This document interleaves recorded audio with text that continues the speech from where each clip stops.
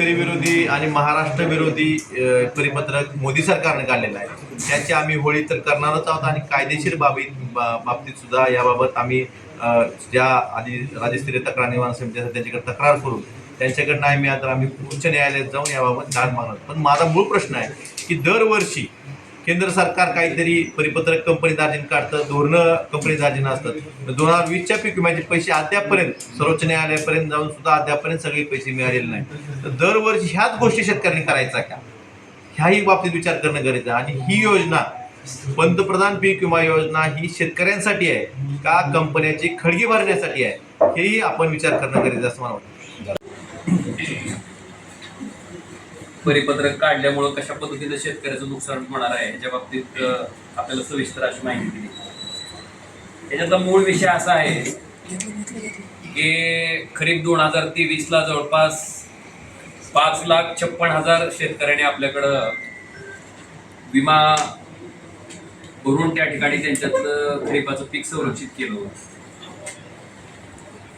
शासनानं 30 एप्रिल, आता मोदी सरकार म्हणायचं का केंद्र सरकार म्हणायचं नाही, कारण जाहिरात करताना तर मोदी सरकार होतं म्हणून आता मोदी सरकारच म्हणतो ना. या मोदी सरकारनं आचारसंहिता असताना जुन्या गाईडलाईन्स प्रमाणे शेतकऱ्याला पैसे चांगले मिळत होते, पण कंपनीचे पैसे चाललेलं त्यांना दुःख होतं आणि कंपनीचे पैसे वाचवण्यासाठी हे 30 एप्रिल 2024चं परिपत्रक त्या ठिकाणी मोदी सरकारनं आचारसंहिता असताना काढलं.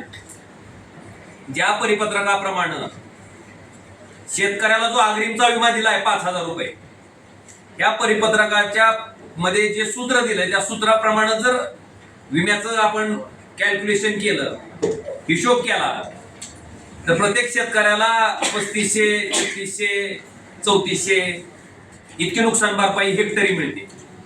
म्हणजे 5,000 रुपये हेक्टरी दिले, त्याच्यातलेच पैसे शेतकऱ्याला परत द्यायची वेळ ह्या परिपत्रकामुळे येणार आहे. आणि म्हणून याच्या संदर्भात म्हणजे कोणाला 1495 परत द्यावे लागतील, अशी रक्कम शेतकऱ्याला परत द्यावी लागणार आहे, म्हणजे जी अग्रिमची मिळाली त्याच्यापासून. मला वाटतंय अशा पद्धतीनं परिपत्रक काढायचं. आणि शेतकऱ्याच्या बाबतीत बरं गंमत अशी आहे, ही परिपत्रक फक्त महाराष्ट्रासाठीच आहे. आणि खास करून महाराष्ट्रात जर आपण विम्याचा विचार केला तर मराठवाड्यातले जे येणारे जिल्हे आहेत, मला वाटतं इथं हा खरीपाचा विमा मोठ्या प्रमाणात त्या ठिकाणी भरला जातो. त्यामुळं महाराष्ट्रातल्या शेतकऱ्यावर किती मोठ्या प्रमाणात अन्याय करायचा, किती द्वेष असावा, मला वाटतं हे मूर्तिमंत उदाहरण आहे. आज ज्या पद्धतीनं 2020च्या विम्याच्या बाबतीत सुप्रीम कोर्टानं इंटिमेशन न दिलेल्या शेतकऱ्याला सुद्धा वाईड स्प्रेड गृहीत धरून तुम्ही त्या ठिकाणी नुकसान भरपाई द्या, अशा पद्धतीची ऑर्डर त्या ठिकाणी सुप्रीम कोर्टानं दिली होती. ज्यावेळेस आमदार साहेबांच्या माध्यमातून आपण सुप्रीम कोर्टात गेला होता त्यावेळेस माझी आता एवढीच मागणी आहे की जवळपास 5,56,000 शेतकऱ्यांनी विमा भरला. वाईड स्प्रेड आपण गृहीत धरल्यानंतर त्यांनी मान्य केलं वाईड स्प्रेड आहे. आता सरकारनं दुष्काळ जाहीर केलाच की, कुठं दुष्काळ सदृश्य परिस्थिती जाहीर केली.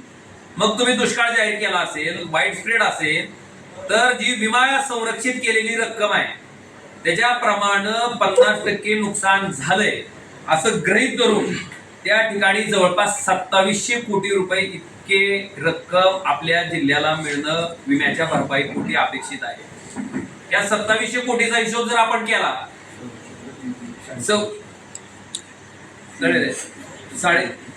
नाही बरोबर आहे, संरक्षित रक्कमच्या 50% म्हणजे संरक्षित रक्कम आहे आपली जवळपास 2700 कोटी. 2763 च्या निम्मा जर आपण हिशोब केला 1350 कोटी रुपये, तर 1350 कोटी रुपये इतकी विमा संरक्षित रक्कम आपल्याला मिळणं अपेक्षित आहे. आणि त्याचा हिशोब आपण जर हेक्टरी घातला तर साधारणतः 27,000 रुपये प्रति हेक्टरी शेतकऱ्याला विमाची भरपाई मिळणं गरजेचं आहे, किंवा तो त्याचा हक्क आहे, अधिकार आहे. असं असताना या परिपत्रकामुळं 27,000 रुपये हेक्टरी मिळायचं तर निवडणूक आयोग तक्रार करणं ही फॉर्मॅलिटी आहे. ते काय करते ते आजपर्यंत बघितलं जाईल. पक्ष हे जेला देऊन टाकले. निवडणूक आयोगावर आता किती विश्वास आहे भारताच्या जनतेचा, जनतेला माहिती नाही, आम्हाला माहिती. तक्रार करायचं काम करू आम्ही, पण आउटपुट काय नाही कधी द्यावं नाही. रोड का कशामुळं आपल्या बाबजातीची इस्टेट एकूण आपण लोकांना मदत करतोय, ह्या पद्धतीची भावना का लोकप्रतिनिधी दाखवते? मला वाटतं ह्याच्या बाबतीत आत्मचिंतन करणं गरजेचं आहे स्पेशलिस्ट माणसानं. मला वाटतं ही स्पेशलिस्टगिरी कशासाठी आहे नेमकी? शेतकऱ्यासाठी आहे का कंपनीच्या फायद्यासाठी आहे? मला वाटतं ह्याचा सुद्धा विचार सामान्य शेतकऱ्यांनी करावा. आणि आम्ही ही लढाई निश्चितपणे रस्त्याच्या लेवलवर लढणारच आहेत, पण कायद्याच्या ह्याच्यावर सुद्धा त्या ठिकाणी निश्चितपणे लढून आपल्या भागातल्या शेतकऱ्याला जोपर्यंत न्याय मिळत नाही तोपर्यंत आम्ही स्वस्थ बसणार नाही. नेमकं हे परिपत्रक काढून लोकप्रतिनिधी सुद्धा काही जनतेची दिशाभूल करतायत का? नेमकं नुकसान कोणाचा आणि फायदा कोणाचा होतो या परिपत्रकात? उघडच आहे ना. मला वाटतं आपल्यालाही वाचता येते, आपल्याही लक्षात येतात गोष्टी की 30 एप्रिल 2024 रोजी मोदी सरकारनं काढलेल्या परिपत्रकामुळं शेतकऱ्याचं किती प्रचंड प्रमाणात नुकसान होतंय हे त्याच्यात वापरलेल्या सूत्रावरून आपल्या सगळ्याच्या लक्षात येतंय.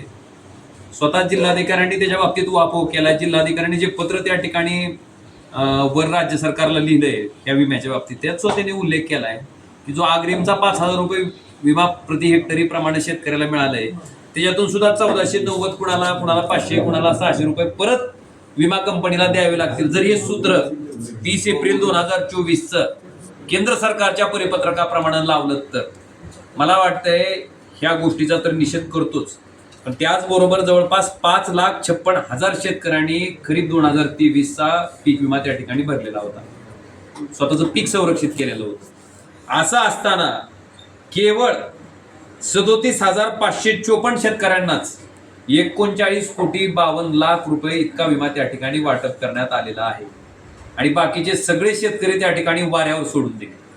मला वाटतंय त्या ठिकाणी सरकारच मान्य करतंय दुष्काळ आहे, सरकारच मान्य करतंय की आपण जे नुकसान झालंय तो वाईड स्प्रेड आहे असं गृहीत धरून आपल्याला नुकसान भरपाई द्यायची. तर मला वाटतं ह्याच्या बाबतीत सुप्रीम कोर्टानं 2020 साली जे आदेश दिलेत, मला वाटतं त्याचा विचार त्या ठिकाणी राज्य सरकारनं आणि केंद्र सरकारनं करणं गरजेचं आहे. आणि त्याच्याप्रमाणे साधारणतः 1350 कोटी रुपये इतका विमा 50% नुकसान, आम्ही 50%च म्हणतोय नुकसान गृहीत धरून त्या ठिकाणी 1350 कोटी रुपये इतका विमा जवळपास 5,56,000 सरसगट सगळ्या शेतकऱ्यांना, ज्यांनी इंटिमेशन दिलं असेल, ज्यांनी इंटिमेशन दिलं नसेल, अशा सगळ्या शेतकऱ्यांना त्या ठिकाणी मिळवून देणं गरजेचं असताना आपण बघताय की केंद्र सरकार अशा पद्धतीचं परिपत्रक आणतंय आणि 25% पेक्षा जास्त ज्या महसूल मंडळांनी तक्रारी केल्यात त्या महसूल मंडळाला हे सूत्र लावून शेतकऱ्याच्या तोंडाला पानं पुसायचं काम आणि कंपनीचे पैसे वाचवायचं काम त्या ठिकाणी केंद्र सरकार करते. आणि केंद्र सरकारनं काढलेल्या परिपत्रकाला किती उत्साह आहे बघा राज्य सरकारचा. ताबडतोब खाली आदेश देऊन टाकले की तुम्ही लगेच हे सूत्र लावा, का कंपनीचे पैसे वाचलेत. मला वाटतंय आताच आमदार साहेबांनी महाराष्ट्रातली परिस्थिती सांगितली. जर ह्या विमा कंपन्या एका खरीपाच्या सीझनला 5,000 कोटी रुपये जर नफा कमवत असतील तर मग हेच 5,000 कोटी रुपये घेऊन ह्याचेच इलेक्ट्रॉल बॉन्ड उद्या संबंधित पक्षाचे घेतले जातात आणि त्या इलेक्ट्रॉल बॉन्डच्या माध्यमातून जमा केलेले पैसे पुन्हा अशा निवडणुका झाल्याच्या नंतर वापरात येतात. आपण बघितलं असेल एका गावात 20-20 लाख 25-25 लाख रुपये. काय पद्धत आहे नेमकी? मला वाटतं सामान्य माणसानं ह्याचा विचार करणं गरजेचं आहे. हे पैसे तुमच्या टॅक्सच्या माध्यमातून जमा केलेले पैसे आहेत, तुमच्या हक्काचे पैसे आहेत. ह्याच पैशाचा अशा पद्धतीनं विमा कंपनीच्या घशात 5,000 कोटी रुपयाचा नफा घालून मला वाटतं त्याच कंपन्याकडनं जर इलेक्ट्रॉल बॉन्डच्या माध्यमातून पैसे घेतले जात असतील आणि तेच पैसे जेव्हा निवडणुका लागतात तेव्हा प्रत्येक गावोगाव जर वाटले जात असतील तर ह्याच्यापेक्षा दुर्दैवाची दुसरी गोष्ट असू शकत नाही. जर तुम्ही कंपन्याच्या बाजूनं एखादं परिपत्रक जर काढून शेतकऱ्यांना नुकसान करत असाल आता ह्याच्या काळात इतर वेळेस कारण सांगता तुम्ही, आणि असं परिपत्रक काढून जर शेतकऱ्यांना नुकसान होत असेल आता असताना सुद्धा त्याची तक्रार आम्ही निवडणूक आयोगात करणार. उद्या शेवटचा टप्पा 5,000 रुपये अग्रिम दिलेत, 22,000 रुपये अजून देणं बाकी आहे, म्हणजे मिळायला पाहिजे. ते मिळायचं लांबच राहिलं, पण ह्या परिपत्रकामुळं 5,000 दिलेले ते बी शेतकऱ्याला 1,495 रुपये परत द्यायची पाळी त्या ठिकाणी शेतकऱ्यावर आलेली. तर आमची एवढीच मागणी आहे की आपण हा वाईड स्प्रेड गृहीत धरून जो संरक्षित केलेला विम्याची रक्कम आहे 2700 कोटी, त्याच्या निमी म्हणजे 1350 कोटी रुपये इतकी रक्कम त्या ठिकाणी केंद्र सरकार आणि राज्य सरकारची पण तत्परता किती आहे बघा. केंद्र सरकारनं 30 एप्रिलला परिपत्रक काढले की लगेच राज्य सरकारनं ताबडतोब सूचना देऊन खाली रिकामे का कंपनीचे पैसे वाचायलेत ना. आणि दुसरीकडे शेतकऱ्यांच्या तोंडाला पानं पुसायचं काम चालू आहे. 5,56,000 शेतकऱ्यांपैकी फक्त 37,554 इतक्या शेतकऱ्याला मला वाटतं विमा द्यायचं काम म्हणजे किती टक्केवारीच्या हिशोबाने जर काढली तर किती टक्के लोकांच्या पदरात पडायला लागले. आणि गंमत अशी आहे या परिपत्रकानुसार 25% पेक्षा जास्त जर तुम्ही इंटिमेशन दिले असतील क्षेत्राच्या महसूल मंडळात जी क्षेत्र आहे त्या क्षेत्राच्या 25% पेक्षा जास्त जर इंटिमेशन आले असतील तर त्यांना विमा द्यायच्या बाबतीत हे सूत्र लावायचं. आणि हे सूत्र जर लावलं तर जे 5,000 मिळाले अग्रिमचे त्याने 1,495 रुपये परत शेतकऱ्यानं कंपनीला माघारी द्यायचे.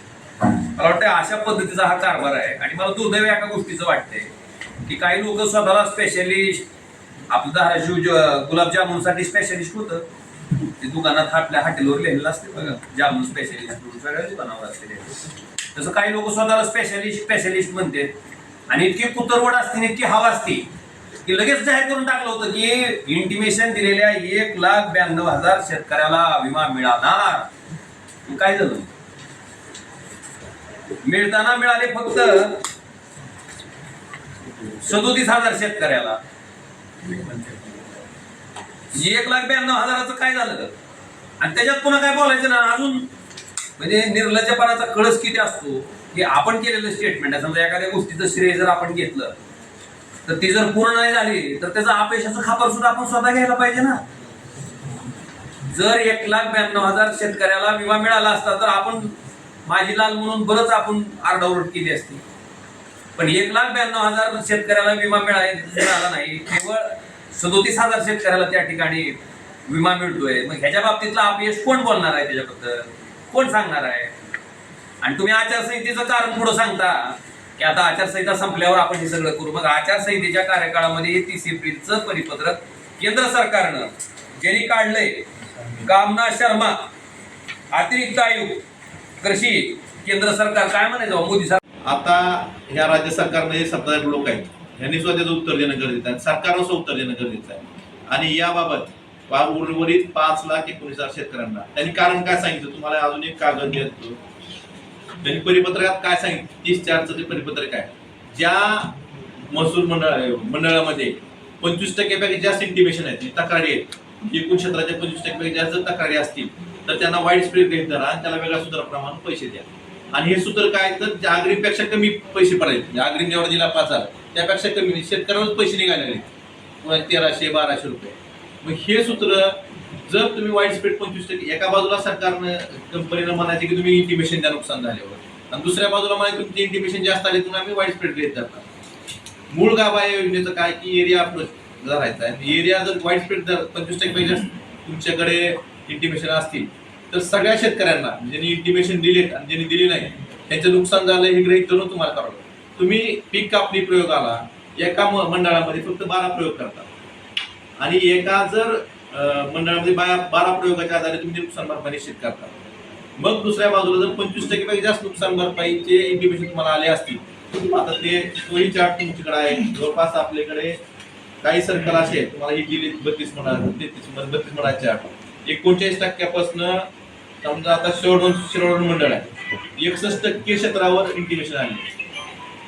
61% क्षेत्रावर इंटिमेशन आले नुकसान झाल्याशिवाय इंटिमेशन दिले का. एका बाजूला इंटिमेशन दिले नाही म्हणून नुकसान भरपाई ना करायची आणि दुसऱ्या बाजूला ह्या परिपत्रकाचे इंटिमेशन जास्त आहेत म्हणून नुकसान भरपाई कमी करायची. हे धोरण केंद्र सरकारनं राज्य सरकारनं अवलंबलेलं आहे. हे विमा कंपनीला धार्जिन हे धोरण सरकार राबवते नेहमीच राबवते. आम्ही पहिल्यापासून म्हणतोय की पंतप्रधान पीक विमा योजना ही शेतकऱ्यासाठी नाहीच कंपन्याची घर भरण्यासाठी योजना आहे. आणि या बाबतीत अशा दुष्काळी परिस्थिती शेतकऱ्यांना मदत करायला सोडून सरकारनं जे शेतकरी विरोधी सर्क्युलर काढले याचा आम्ही निषेध करतो. आणि आमचं एवढंच म्हणणं आहे की तुम्ही उर्वरित 5,19,000 शेतकऱ्यांना 27,000 रुपये प्रत्येक शेतकऱ्याला या 50% प्रमाणे प्रति हेक्टरी 27,000 रुपये विमा मिळणं अपेक्षित होतं. तो मिळालेला नाही. 5,000 प्रत्येक हेक्टरी मिळालेले आहेत. तर उर्वरित जे पैसे आहेत ते पेरणीच्या आधी या सरकारनं हस्तक्षेप करावा. आता तरी आपली जागं निवडणुकीतून बाहेर यावं जागं व्हावं आणि शेतकऱ्यांना उर्वरित 22,000 रुपये प्रति हेक्टरी पैसे पेरणीच्या आधी जमा करावे. आणि याबाबत आम्ही रस्त्यावरही लढाई करणार आणि कायदेशीर लढाई करणार आहोत, हे तुम्हाला सांगायचं. आणि निश्चितपणे त्या ठिकाणी सामान्य माणूस याचा हिशोब केल्याशिवाय राहणार नाही. आणि आपल्यालाही सांगू इच्छितो की या परिपत्रक मागं घेण्यासाठी तर आम्ही निश्चितपणे केंद्र सरकारवर दबाव आणूच. त्याचबरोबर या ठिकाणी शेतकऱ्याला न्याय भूमिकेच्या माध्यमातून त्या ठिकाणी मदत मिळण्याच्या दृष्टीनं सुद्धा रस्त्यावरची आणि कायदेशीर दोन्ही लढाया त्या ठिकाणी आम्ही शिवसेना उद्धव बाळासाहेब ठाकरे पक्षाच्या वतीनं लढू. मला श्रेय घेणाऱ्याच माणसाला तुम्हाला विचारणं गरजेचं आहे की बाबा रे, तू काही दिवसापूर्वी सांगितलं होतं की 1,92,000 शेतकऱ्यांनी ज्यांनी इंटिमेशन दिलंय त्या लोकांना आठवड्याच्या आत त्यांच्या खात्यावर आम्ही विमा जमा करतो, अशा पद्धतीचं त्या फेसबुक लाईव्हवर येऊन आपण सांगता.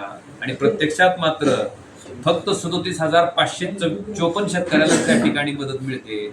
मला वाटतंय जी मदत मिळाली नाही त्याच्या बाबतीतलं सुद्धा जसं श्रेय घेण्यासाठी उत्तरवड होती, तसं आता ह्या अपयशाचं सुद्धा खापर स्वतःच्या मातीत फोडून घेण्याच्या बाबतीत का ती होत नाही, मला वाटतं ह्याचा विचार सुद्धा आता श्रेय घेणाऱ्या मंडळींनी करणं गरजेचं आहे. थँक्यू. आपण कुठं खरं तर दुष्काळ सदृश्य परिस्थिती आणि दुष्काळ जाहीर हा पूर्ण जिल्हाभर जाहीर झालेला आहे. जवळपास सगळ्या महसूल मंडळाची आणेवारी 50% आत आहे. त्यामुळं 2700 कोटी ही संरक्षित रक्कम होती. त्यापैकी जर 50% नुकसान जर आपण गृहीत धरलं तर जवळपास 1300 कोटी रुपये नुकसान भरपाई ही शेतकऱ्यांना, म्हणजे प्रति शेतकरी एका हेक्टरला सोयाबीनला 27 रुपये मिळणं अपेक्षित होतं. परंतु फक्त आजपर्यंत 5,000 रुपये दिलेत आणि त्या 5,000 रुपये देऊन शेतकऱ्याच्या तोंडाला पानं पुसलेली आहेत. आता ह्या परिपत्रकानुसार 32 मंडळातील ज्यांना 5,000 मिळाले त्यांच्यावरच कंपनीनं पैसे, काही शेतकऱ्यांना 600 रुपये, काही शेतकऱ्यांना 1400 रुपये कंपनीने काढलेले आहेत. त्यामुळे कंपनीला परत द्यायची वेळ ही शेतकऱ्यावर ह्या परिपत्रकामुळे आलेली आहे. त्यामुळे जवळपास आपलं 1300 कोटी रुपये मिळणं अपेक्षित असताना आपल्या जिल्ह्यात फक्त 294 कोटी रुपयाच्या आसपास विमा मिळालेला आहे. आणि आमच्या जिल्ह्यातला विचार केला तर 600 कोटी रुपयाचा हप्ता हा कंपनीला दिला असताना फक्त 294 कोटी रुपये एवढी दुष्काळी परिस्थिती असताना, एवढं मोठं नुकसान झालं असताना हे शेतकऱ्यांना मिळालेलं आहे. म्हणजे मोदी सरकारच्या अधिकाऱ्याच्या परिपत्रकामुळं आपल्या भागातल्या शेतकऱ्याचं एका हेक्टरला 23,000 रुपये नुकसान त्या ठिकाणी हेक्टरी होत आहे. मग हा विमा आणि 23 ते परिपत्रक काढलं की लगेच 6 मे 2024 ला राज्य सरकारनं परिपत्रक लगेच खाली मार्गदर्शक सूचना ताबडतोब अंमलबजावणी करा. का? कंपनीचे पैसे वाचतात ना आणि शेतकऱ्याच्या तोंडाला पानं पुसायचे. मला वाटतंय जशी तत्परता कंपनीचे पैसे वाचवण्याच्या बाबतीत केंद्र सरकार आणि राज्य सरकार दाखवते, तशी तत्परता शेतकऱ्यावर अन्याय झाल्यावर का दाखवत नाही? का त्या ठिकाणी पुढे येत नाही? का त्या ठिकाणी अशा पद्धतीचं परिपत्रक निघत नाही? मला वाटतं याचा विचार सुद्धा आता सामान्य शेतकऱ्यांना करणं गरजेचं आहे. आणि अशा पद्धतीचं शेतकऱ्याच्या तोंडाला पानं पुसणाऱ्या मोदी सरकारचा, राज्य सरकारचा मी तीव्र शब्दात निषेध व्यक्त करतो. महाराष्ट्रातल्या तमाम शेतकऱ्याच्या माध्यमातून निषेध व्यक्त करतो, जे आज दुष्काळी परिस्थितीशी सामना करतायत. अक्षरशः शेतकरी आत्महत्यासाठी त्या ठिकाणी आत्महत्येच्या खाईत त्याला लोटायचं काम सरकारच्या धोरणामुळे झालंय. एका बाजूला तुम्ही उत्पादित केलेल्या सोयाबीनचे भाव काढून टाकले, सोयाबीन आयात करून, पाम तेलावरचा आयात शुल्क कपात करून, कांद्याला निर्यात बंदी करून टाकली, तिथं शेतकरी मारला. मग अशा पद्धतीनं म्हणजे उत्पादित केलेल्या वस्तूला बी भाव मिळू द्यायचा नाही. आणि दुष्काळ पडल्याच्या नंतर, नुकसान झाल्याच्या नंतर ज्या आशेनं, ज्या अपेक्षेनं विमा भरलाय किंवा आता तरी आपल्याला काही मदत पडेल, ह्या दुष्काळात तरी काय मदत मिळेल, मला वाटतं तिथं सुद्धा अशा पद्धतीचे तुगलकी कारभाराची परिपत्रकं काढायची आणि परत शेतकऱ्याच्या तोंडाला पाणी पुसायचं काम करायचं. मला वाटतं ह्या घटनेचा तीव्र शब्दात निषेध करतो. आणि निश्चितपणे आता ही लढाई आणि रस्त्यावर तर निश्चितपणे लढणार आहे, पण शेतकऱ्यांना हा विषय समजून घेणं गरजेचं आहे की स्वतःला स्पेशलिस्ट म्हणून घेणारे आज कसं तोंडावर पडले त्याच्याबद्दल काही बोलत नाहीत. आता केंद्र सरकार आता गंमत अशी आहे की आधी थोडी भानगड होती, जरा केंद्रात त्यांचं, राज्यात आमचं असं काहीतरी असायचं आणि तिथं सारखं राज्यावर बोट ठेवलं जायचं. आता सगळं चारी अंगण नाही की तुमचंच, खाली बी तुम्हीच आहे, वरी बी तुम्हीच आहे. हे कशामुळं? आता काय बोलणार त्याच्यावर? आणि मला वाटतंय श्रेय घेण्यापेक्षा माणसानं लोकांना मदत करायची भूमिका त्या ठिकाणी ठेवणं गरजेचं आहे. आमदार असो, खासदार असो, जिल्हा परिषदेचा सदस्य असो, पंचायत समितीचा सदस्य असो, ग्रामपंचायतचा सदस्य असो, नगरपालिकेचा सदस्य असो, ही सगळी लोकप्रतिनिधी या नात्यानं, आपण लोक आपल्या घरी आलते का उभार म्हणून? आपण जातो ना त्यांच्यापुढे उमेदवार म्हणून की बाबा मलाही काम करायचे, मलाही सेवा करायची आहे, म्हणून मी तुम्हाला निवडणुकीला उभा आहे. मग जेव्हा आपण सरकारच्या पैशातनं म्हणजे जनतेच्या टॅक्सच्या रूपानं मिळणाऱ्या पैशातनं जनतेसाठी काही काम करतो. आजची आपली पत्रकार परिषद या ठिकाणी उपस्थित असलेले आपले खासदार ओमराजे निंबाळकर साहेब, आमचे सरसंघ बंधुभाई राजे निंबाळकर आणि जगताप साहेब आणि सर्व पत्रकार बंधूंचं मी स्वागत करतो. आज पत्रकार परिषद घ्यायचं प्रयोजन म्हणजे 2023चा पीक विमा. 2023च्या पीक विम्याच्या बाबतीत आपल्याला आधी मी ही माहिती सांगतो की आपल्या जिल्ह्यात आपल्याकडे सगळ्यांना कागदपत्र दिलेलीच आहेत. जवळपास 5,56,000 शेतकऱ्यांनी सोयाबीनचा पीक विमा भरलेला आहे आणि जवळपास 600 कोटी रुपये म्हणजे शेतकरी हिस्सा, राज्य हिस्सा, केंद्र सरकारचा हिस्सा असे मिळून HDFC कंपनीला यावर्षी सरकारच्या माध्यमातून कंपनीला प्रीमियम जाणार आहे. आपण बघतोय की आपलं यावर्षी 2023 वर्ष दुष्काळी वर्ष होतं आणि त्यामुळं अग्रिम जवळपास सगळ्या शेतकऱ्यांना 5,000च्या आसपास सगळ्या शेतकऱ्यांना अग्रिम कंपनीमार्फत शासनानं जी उपाययोजना केली होती ह्यामार्फत कंपनीने दिलेला आहे. आणि आपला जिल्हा जवळपास 3 तालुके हे दुष्काळ जाहीर झाला आणि बाकीच्या मंडळामध्ये आपल्या सरकारनं दुष्काळ सदृश्य परिस्थिती जाहीर केली. त्यामुळं आपलं उत्पादन अग्रिम दिला म्हणजे 50% आता हे शासनानं सिद्ध केलेलं आहे महसूल आणि कृषी विभागाने.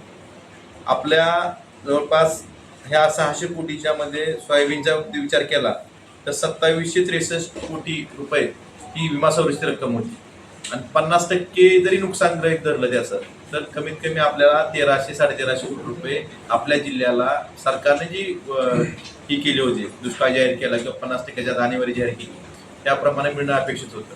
पण मिळालं काय? 254 कोटी रुपये फक्त अग्रिम सगळ्या शेतकऱ्यांनी दिला, 5,000-5,500 प्रमाणे प्रत्येकाला. आणि आता परवा मागच्या आठवड्यात काही विमा जो जमा झाला त्यात 25 मंडळ आपल्या 34,000 शेतकऱ्यांना फक्त 39 कोटी रुपये विमा जमा झाला. आता उरलेल्या 5,19,000 शेतकऱ्यांचं काय? यामध्ये लोकसभेची आचारसंहिता चालू असताना केंद्र सरकारने एक परिपत्रक काढलं, तुमच्याकडे त्याची कॉपी आहे, 30 एप्रिल 2024ला. काही लोक मागेही 2020च्या बाबतीत असंच केंद्र सरकारनं परिपत्रक काढलं होतं आणि तिथल्या अधिकाऱ्यांनी ज्यावेळेस केंद्र सरकारचं परिपत्रक सांगितलं त्या अधिकाऱ्याला दाब देऊन नंतर स्पष्टीकरण घेतलं होतं, तुम्हाला आठवत असेल तर.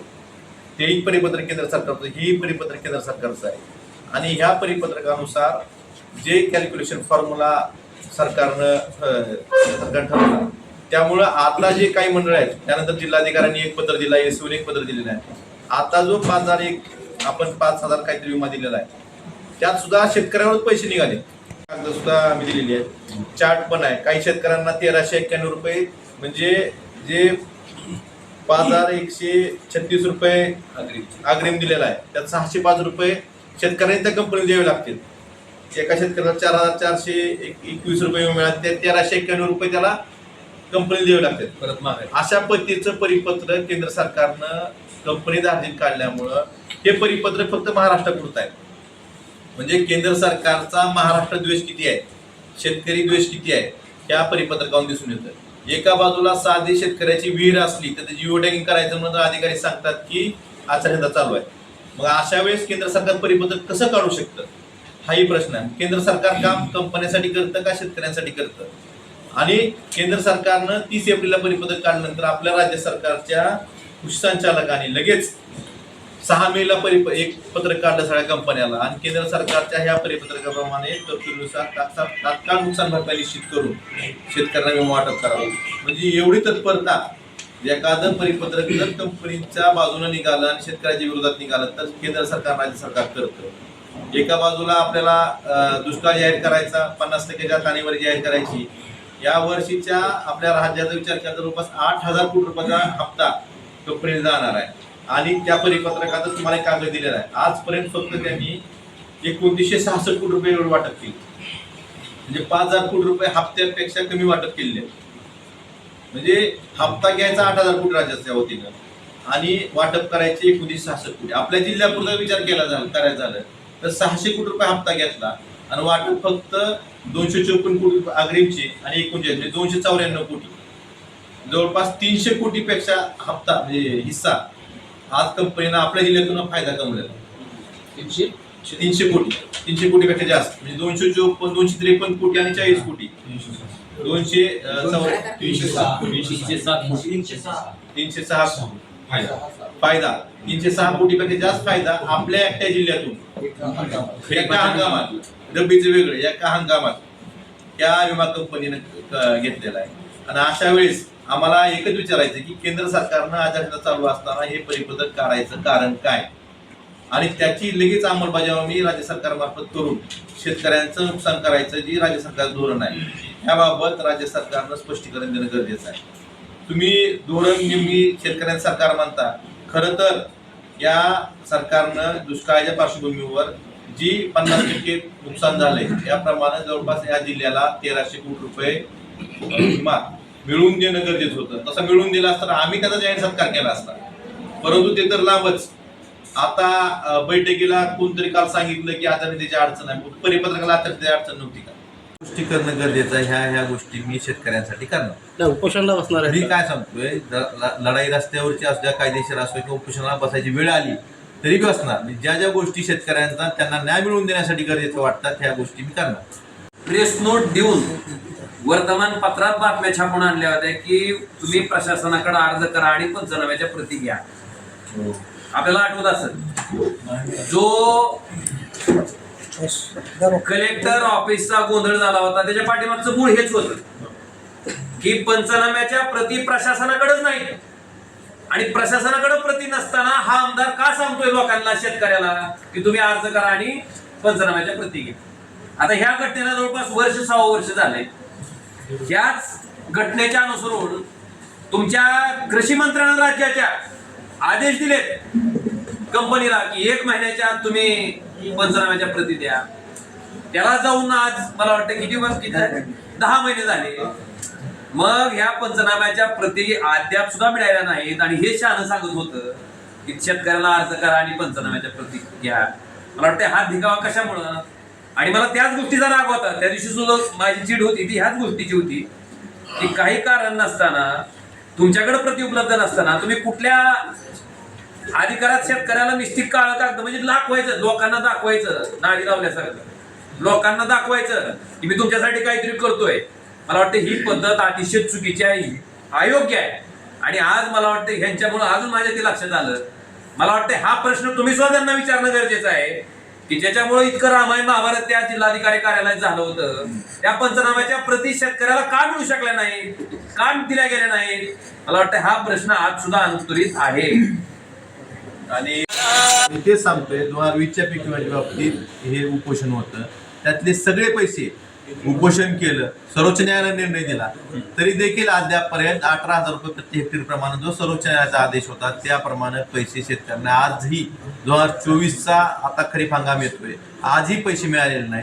मग दरवर्षी ह्याच गोष्टी करत बसायच्या का, हाही प्रश्न ह्या राज्य सरकारने घेणं गरजेचं आहे. आणि 80-110चं सूत्र लागू केलं म्हणजे सरकार 80-110 प्रमाणे सुद्धा या वर्षी कमीत कमी 480 कोटी रुपये आपल्या जिल्ह्याला मिळणं अपेक्षित होतं. ते सुद्धा मिळालं, जवळपास 294 कोटीच मिळाले. त्यामुळं हे सरकार बोलतंय आणि ज्यावेळेस शेतकऱ्यांना द्यायची वेळ येते त्यावेळेस सरकार नेहमीच, मोदी सरकार असेल किंवा राज्य सरकार असेल आपल्या राज्यातलं, हे कंपनी धार्जन धोरण घेतं आणि शेतकऱ्यांना मदतीपासून वंचित ठेवतं. हे डवडवा पिटत बसते की आम्ही 1 रुपयात विमा दिला, 1 रुपयात पीक विमा दिला तरी राज्य सरकारनं याचा हप्ता भरलेला आहे. आणि आपल्या राज्याचा हिशोब केला तर 8,000 कोटी रुपयाचा विमा हप्ता कंपनीला 1 रुपया पीक विमा योजनेतून राज्य सरकारच्या माध्यमातून, केंद्र सरकारच्या माध्यमातून शेतकरी हिस्सा मिळून कंपनीला जाणार आहे. परंतु आपण आपल्याकडे एक पत्र दिलेलं आहे, त्या पत्रामध्ये स्पष्ट उल्लेख आहे 8,000 कोटी रुपयाचा हप्ता घेतला आणि त्यात फक्त 2966 कोटी रुपये कंपन्यांनी शेतकऱ्यांना नुकसान भरपाई दिली. म्हणजे ह्या वर्षीचा एका खरीपाच्या हंगामाचा विषय केला तर महाराष्ट्रातून ह्या विमा कंपन्यांनी 5,000 कोटी रुपयाचा नफा कमवलेला हे सिद्ध झाले. 30 एप्रिल 2024 रोजी देशात सर्वदूर लोकसभेची आचारसंहिता चालू असताना देखील मोदी सरकारनं एक परिपत्रक काढलं आणि या परिपत्रकामुळं जे शेतकऱ्यांना नुकसान भरपाई मिळणार होती यात शेतकऱ्यांचं खूप मोठ्या प्रमाणात नुकसान झालंय. आणि दुर्दैवाची गोष्ट म्हणजे मोदी सरकार ही किती महाराष्ट्र द्वेषी आहे, शेतकरी द्वेषी आहे. हे परिपत्रक फक्त महाराष्ट्रासाठी आहे. धाराशिव जिल्ह्याचा विचार करायचा झाला तर ज्या महसूल मंडळात 25% ज्या शेतकऱ्यांनी नुकसान भरपाई सूचना दिल्यात अशी सर्व महसूल मंडळं या परिपत्रकामुळे मदतीपासून वंचित राहणार आहेत. धाराशिव जिल्ह्यातल्या 5,56,000 शेतकऱ्यापैकी फक्त 34,000 शेतकऱ्यांना पूर्ण रक्कम नुकसान भरपाई मिळालेली आहे.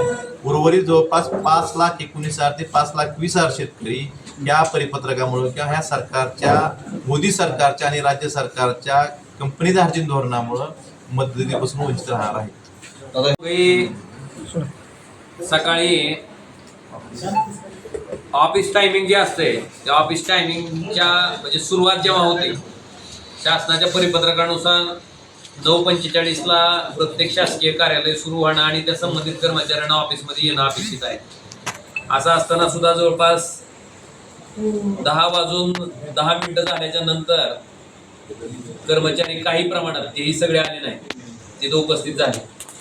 जाण्यामागचं मुख्य कारण असं होतं की मागच्या 2 आठवड्यापासून जे धाराशिव जिल्ह्यामध्ये मोठ्या प्रमाणात वादळी वाऱ्यासह अवकाळी पाऊस त्या ठिकाणी पडतोय, ज्याच्यामुळं बऱ्याच गावामध्ये लाईटीचे खांब पडले. बऱ्याच गावातला विद्युत पुरवठा 8 दिवसापासून बंद आहे. आणि ह्याच्या संदर्भात कायमस्वरूपी ग्रामीण भागातनं सारखे शेतकऱ्याचे फोन, सामान्य लोकांचे फोन येत आहेत की आता काही शेतीला पाणी द्यायची परिस्थिती नाही, पण किमान जी जनावर आहेत त्या जनावरांना प्यायच्या पाण्याची सुद्धा प्रश्न त्या ठिकाणी निर्माण झाला, कारण 8 दिवस झालं लाईट त्या ठिकाणी नाही. आणि मग ह्याच्या संदर्भात त्या संबंधित खालच्या लाईन स्टाफला फोन केला. तुमचा लाईनमन असेल, तुमचा सेक्शन इंजिनियर असेल, तुमचा DY असेल, एकही माणूस फोन उचलत नव्हता. आणि मग नेमकं ह्या शेतकऱ्याच्या अडचणीला आपण दूर कधी करणार आहे? कारण कुठलंही काम करत असताना विभागाने टीमवर्क म्हणून काम करणं अपेक्षित आहे. असं असताना खालचे काही लाईनमन, काही इंजिनियर अतिशय उद्धट स्वरूपाची उत्तरं शेतकऱ्यांना देत होते. मला वाटतंय ह्या गोष्टीचा जाब विचारण्यासाठी मी आणि आमदार साहेब त्या ठिकाणी महावितरणच्या कार्यालयामध्ये गेलो होतो. त्यांना आम्ही विचारलं की आता काही दिवसात पाऊस पडल्याच्या नंतर शेतात जिथं तुमचे खांब पडलेत, मोडलेत, तुटलेत, तिथं खांब बदलायला जर जायचं म्हटलं तर चिखलात तुम्हाला जाणं शक्य होणार नाही. त्याच्यामुळे ही पडलेले खांब तुम्ही किती दिवसात पूर्ण जिल्ह्याभरातले नीट करून घेणार?